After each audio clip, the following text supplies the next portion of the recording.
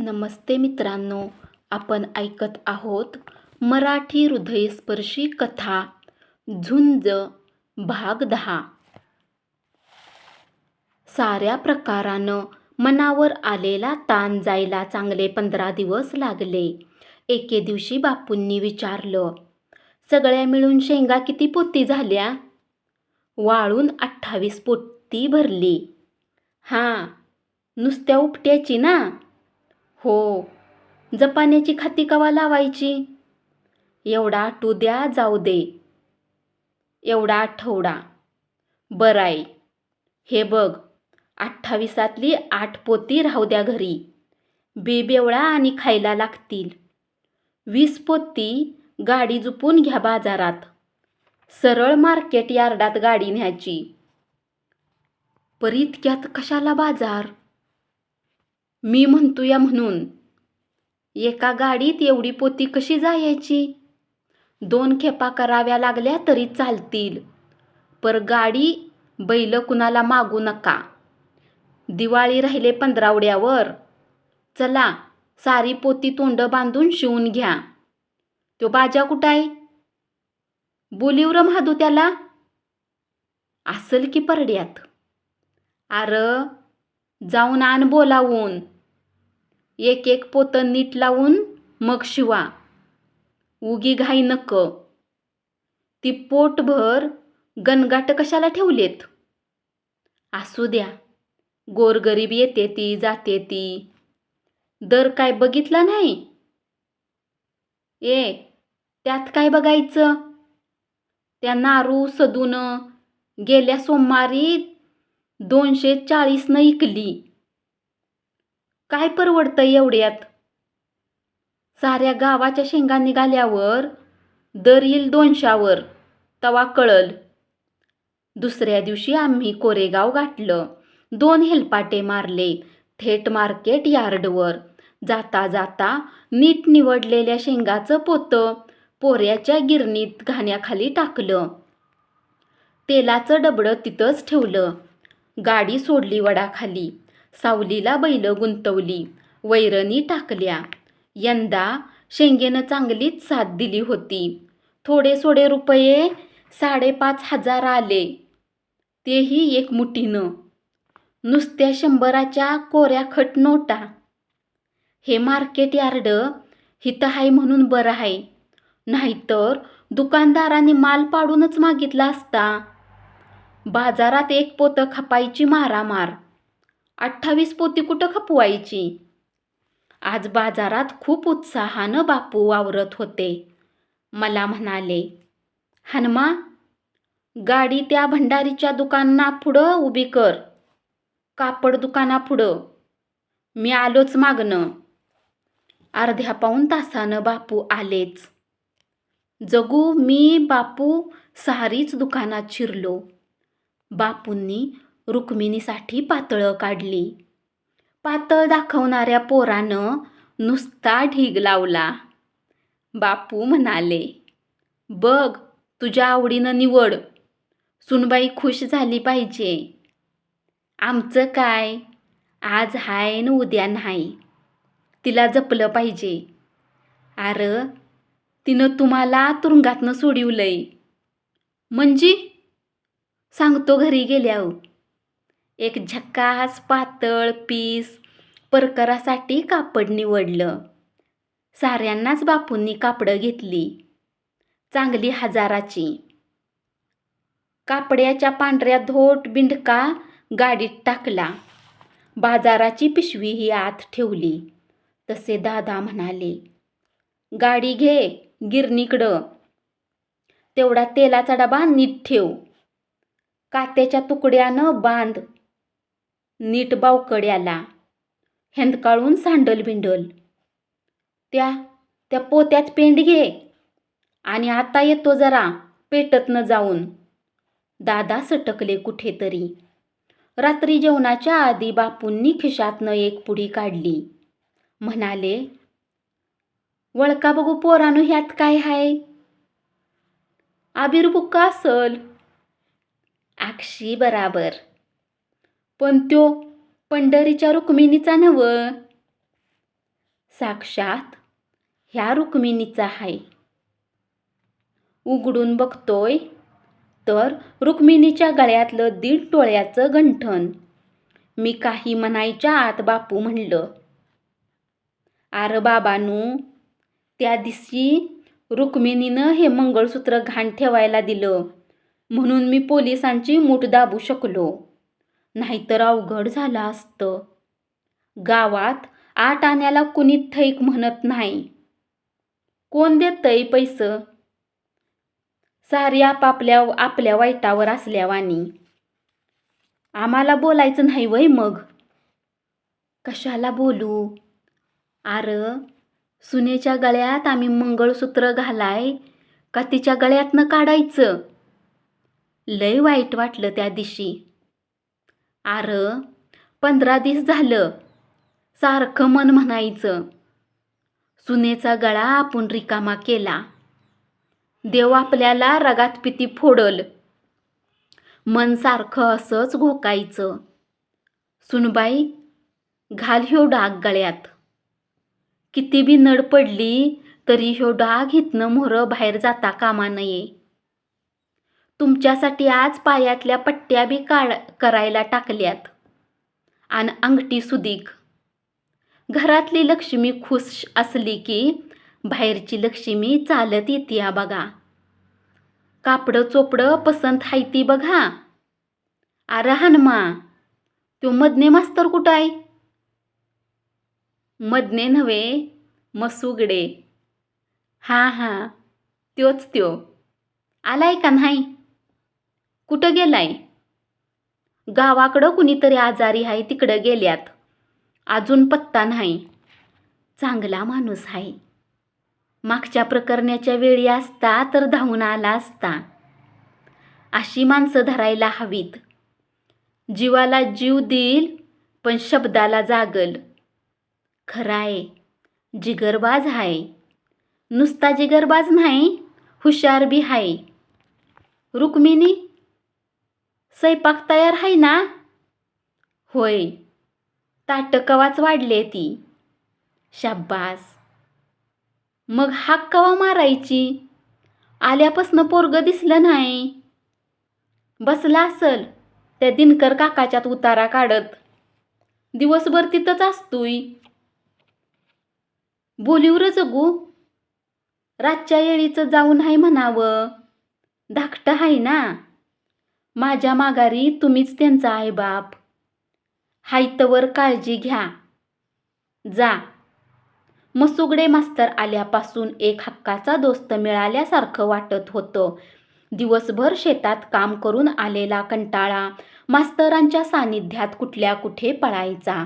गप्पांना ऊत यायचा. मास्तर शाळेत बसल्या बसल्या येणाऱ्या जाणाऱ्या माणसाशी गप्पा मारत गावातली सारी खडानखडा माहिती काढायचा. मास्तर असला तरी शेवटी तो गुन्हेगार जातीतला होता. त्याच्या बेरकी डोळ्यातून कुठलाच माणूस निसटला नव्हता. सारे मास्तरही त्याला चपापून राहायचे. वय फार नव्हतं, माझ्यापेक्षा 4 वर्षांनी लहान, पण शरीर कमावलेलं. जिवंत 5 फुटी शाळीग्राम नुसता. अद्याप लग्न नव्हतं आणि लवकर करण्याचाही विचार नव्हता. कलेच्या मागं लागलेलं हे पोरगं आपल्याच मस्तीत जगत होतं. हातानं भाकरी थापत होता. दिसला साप सोडत नव्हता. बनेल पोरगं नुसत्या हातानं फोडून काढत होता. पालक आला तरी त्याला जुमानत नव्हता. गाण्याचा विलक्षण नाद. डाव्या कानावर डावा हात ठेवून त्यानं सूर लावला की मी भान हरपायचो. मी पोवाड्याची झील धरायचो तसा तो जास्तच मोहरायचा. आवाज टिपेला लावायचा. हे नेहमीच चालायचं. भजन करण्यापासून ते पोवाडा गाण्यापर्यंत आणि शिकवण्यापासून गावातल्या नाटकात काम करण्यापर्यंत मास्तरचा हात कोणी धरत नव्हतं. बहुतेक लोक त्याला मानायचे. आतल्या कलंगड्यात त्याला सांगायचे, चिडून होता फक्त पवाराचा दादू. एकदा त्याचं पोरगं वर्गात असताना पोरीच्या अंगावर थुंकलं. मास्तरनं कान धरला तर मास्तरला उलट बोललं. तसा मास्तर पिसाळला. पोरगं डुक्कर चेचल्यासारखं चेचलं. बाप आला बोंबलत. मास्तरला शिव्या घालू लागला. तसा मास्तर कोपऱ्यातली घुंगूरकाठी नाचवीत बाहेर आला. ए बागायतदारा, पोरगं लय कौतिकाचं हाय तर पाळण्यात घालून झोका देत बस. इथं त्याचं नखरं चालणार नाहीत. ए रामुसड्या, गावात राहायचं आहे का नाही? तू पायरी चढून शाळेत ये, मग सांगतो. बापरे, कशाला बोलतोय दाद्या? गेला बोंबलत. मला तरी काय माहिती, मास्तरच सांगत होता. आम्ही नेहमी टोकावर किंवा पुलाच्या कुंडीत बसून गप्पा छटायचो. गाडीचा अंदाज घेत बेत आकायचो. एक दिवस सकाळीच मास्तरनं विषय काढला. हनुमंतराव, जायचं का आज पिंपोड्याला? का, काय विशेष? त्या माधवदाजीचं वराड नाही वय जायचं आज? हां, पत्रिका आली ना? तर ध्यानातच नाही. मग जाऊया की, तेवढाच हवा पालट. रोज आपला धंदा हायच, इसावा तरी कवा घ्यायचा माणसानं? उद्या हाय आयतवार, आम्हाला बी हाय सुट्टी. येऊ निवांत. निचतीनं सोमवारी. जरा घुमू द्या तुमची बी काठी. पिंपोड बघत राहिलं पाहिजे. तुम्हाला कोणी सांगितलं मी काठी फिरवतो? शाब्बास, ह्या गावातलं तानपोर बी सांगतंय. ह्या भागात हाय का तुमच्या वाणी बोथाटी फिरवणारा कुणी? वस्तादाच्या कृपेनं मिळाली कला, जपायची जमल तशी. आता इकडं आल्यापासनं एवढं प्रॅक्टिसच नाही राहिलं. म्हणूनच म्हणतो जाऊया. वराड जायला रातचं. मी येतो आता शाळा आटपून. निवांत जेवण आटपून ठरवू काय ते. पण बैलगाडीतनं जायचं म्हटल्यावर अवघड आहे. बैलगाडीतनं जायला आपण काय नांदाय निघालोय होय? चांगलं ट्रकात जायचं आरामात बसून. ट्रक आहे होय? मग काय, हलाय रातच्या 10 वाजणार. हलल तवा हलल. जायचं एवढं खरं. रात्री 7-8च्या टिपणीला माधवदाजी आलाच घरी. दाजीचं हे दुसरं लगीन. पहिली बायको वर्षात मेली म्हणून हे दुसरा व्याप उभा केला होता. हनुमंतराव, तुम्ही आलं पाहिजेल वहिनीसनी घेऊन. तिला कुठलं जमतंय? घरात बी कामं हायतीच की. आता कसली कामं? दिवाळी झाली की. तरी बी हायतीच कामं. शेतकऱ्याला काय आराम हाय होय? 1000 कामं करणाराच पाहिजे. म्हणूनच आता आराम करा. 2 दिवसांनी शेती कराय काय आडून राहत नाही. आता बापू थकलं तेव्हा त्यासनी काय मी आग्रह करत नाही. तुम्ही याच हनुमंतराव, गुरुजीसनी बी सांगितलंय. जगू, तू बी ये र. बघू दोघापैकी येईल कुणीतरी. हां, आत्ता कसं माणसाशिवाय लग्नाला शोभा नाही. काय, या बरं का. पुन्हा मला इकडं याचं जमायचं नाही. चला आटपा लवकर, ट्रक पाराजवळ थांबलाय. होय, येतो म्हणजे येतो. आम्हाला वाटलं होतं ट्रक रात्री 10च्या मोहरा हलल, पण कुठलं काय, ट्रक 9लाच हल्ला. तर ड्रायव्हर कसा म्हणतोय, कुठं लांब आहे गाव, तासाभरात जाऊ तर. अवघं 50 किलोमीटर तर जायचं आहे. आत गर्दी भयानक. माणसासनी काय, कमरेच्या नोटा मोडून थोडंच एसटीत बसायचं आहे. आयत्याव पायतं, सारं फुकट. प्रवासाबरोबर जेवणही. मग काय, ट्रकात 100 माणूस, बायका गर्दी करून बसल्या. मसुगडे मास्तरचं एक बरं होतं, त्याला मोहर ड्रायव्हरजवळ जागा मिळाली होती. आम्हाला कोण म्हणतोय पुढं बस. गावात प्रतिष्ठा असल्याशिवाय काय खरं नव्हं. खिशात पैसा आहे ना, मग मटकवाला सुद्धा पुढं बसला तरी चालल. माणसं आपोआप मान देतात. चला, गर्दीतला आनंद तरी केव्हा मिळायचा. नेमका ट्रक हलताना गुरुजीनं मला मागच्या डोंबाळ्यातनं हाक मारली. जगताप, ए जगताप, जरा मोहर यावं. का? या, जरा काम आहे. ताडकन फळकुटावरनं फेकली तंगडी पलीकडं. घुसलो ड्रायव्हरच्या केबिनमध्ये. एक कुणीतरी वशिल्याचा पाहुणा मास्तरजवळ बसला होता. लागला की कुरकुर करायला. ड्रायव्हरनं गप्प बसवलं. ट्रक हलताना आमचं बापू पळत आलं. मला हळू आवाजात म्हणलं, जपून, काही खौंडळी बिवंडळी करू नकोस. नाही करत. उद्या रातचा ये माघारी थांबू नको. निघाली गाडी आवाज मारीत. मास्तर हळूच म्हणलं, मागं बघा, सगळं चोर आलेत. पण तुम्ही कसं काय मोहर बसला? आलो तसा चढलो आतच. टाप आहे का कुणाची उतर म्हणायची? खराय. भेलं की गेलं. माणसाच्या डोळ्यामोहर काठी फिरवल्यावानी हात फिरवलं की आपोआप माणूस ढिल्ला पडतो. होय होय. पर मास्तर, मला एक सांगा, अजून किती दिवस दुसऱ्याची वराड फिरायची? म्हणजे तुमचं बी घ्या आता उरकून. इतक्यात काय आम्ही म्हातारं झालोय होय? नाही नाही, डोळ्यावर पडदा आल्यावर मग करा. करू सवडीनं. त्याशिवाय आता काय अडचण नाही, काय नाही. ड्रायव्हर गमत्या होता. समोर नजर ठेवत हळूच म्हणाला, ट्रक कुठला का असना, ड्रायव्हर त्यावर चढू शकतो. त्यासाठी मालकीचा ट्रक कशाला हवा? काय व मास्तर? मास्तर सुद्धा लाजला.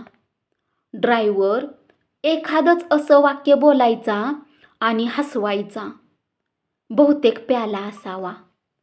कुचकट उग्र वास येत होता, पण गाडी मात्र व्यवस्थित चालवत होता. पिंपोडे तसं छोटंसं गाव, इतर गावापेक्षा चांगलं. टापटिपीचे रस्ते, खऱ्या अर्थानं गाव वाटायचं. गावाबाहेरच्या गंजीखान्याजवळ ट्रक थांबला. त्यावेळी 10:15 वाजले होते. अंधार भलताच जाणवत होता. अर्ध गाव गावंदरीत जमलं होतं. वाट बघत थांबलं होतं.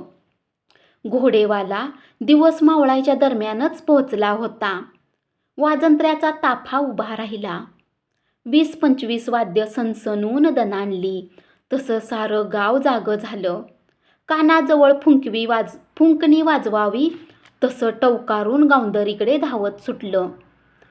एकच गर्दी उसळली. कोस्या रंगाचा घोडा मिशावाल्या बाबानं नाचवीत आणला. पाठीवर थाप टाकून गळ्यापर्यंत हात फिरला तसा घोडाही तावदरला. कपाळावरच्या गोंड्यासारखा फुलारला. बायकांचं रंगीबेरंगी खिलार शेलकट नाचवीत जानवस घराकडं झुकलं. मास्तर अजूनही खिलाराकडं बघतच होता.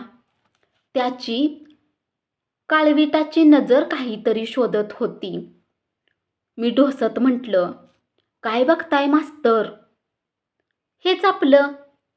ह्या असल्या गोंधळात बायका पोरं आणायची म्हणजे अवघडच की. नाहीतर काय, तरण्या पोरीचा पार चक्का होऊन जाईल. 4-5 गॅस बत्त्या तरंगत आल्या. कोतवाला सकट रोजगाराचं गडी टाळक्यावर बत्त्या घेऊन ताट झालं. कंटाळलेली माणसं तंबाखूवर ताव मारून नादर झाली. पॅन्टवाल्यांनी सिगारेटी पेटवल्या. पोरं सोरं हुंदडायला लागली, गटागटानं फिरायला लागली आणि नवरदेव घोड्यावर बसला. वाजत गाजत गावात प्रवेश करू लागला. उजेडाचे झळकणारे पट्टे वर झाडाच्या फांद्यांना लोंबकळू लागले. लेझिम ढोलवाली 20-22 पोरं कडं करून उभी राहिली. धन्यवाद. अशाच नवीन नवीन कथा रोज ऐकत राहा आणि चॅनलला जरूर सबस्क्राईब करा.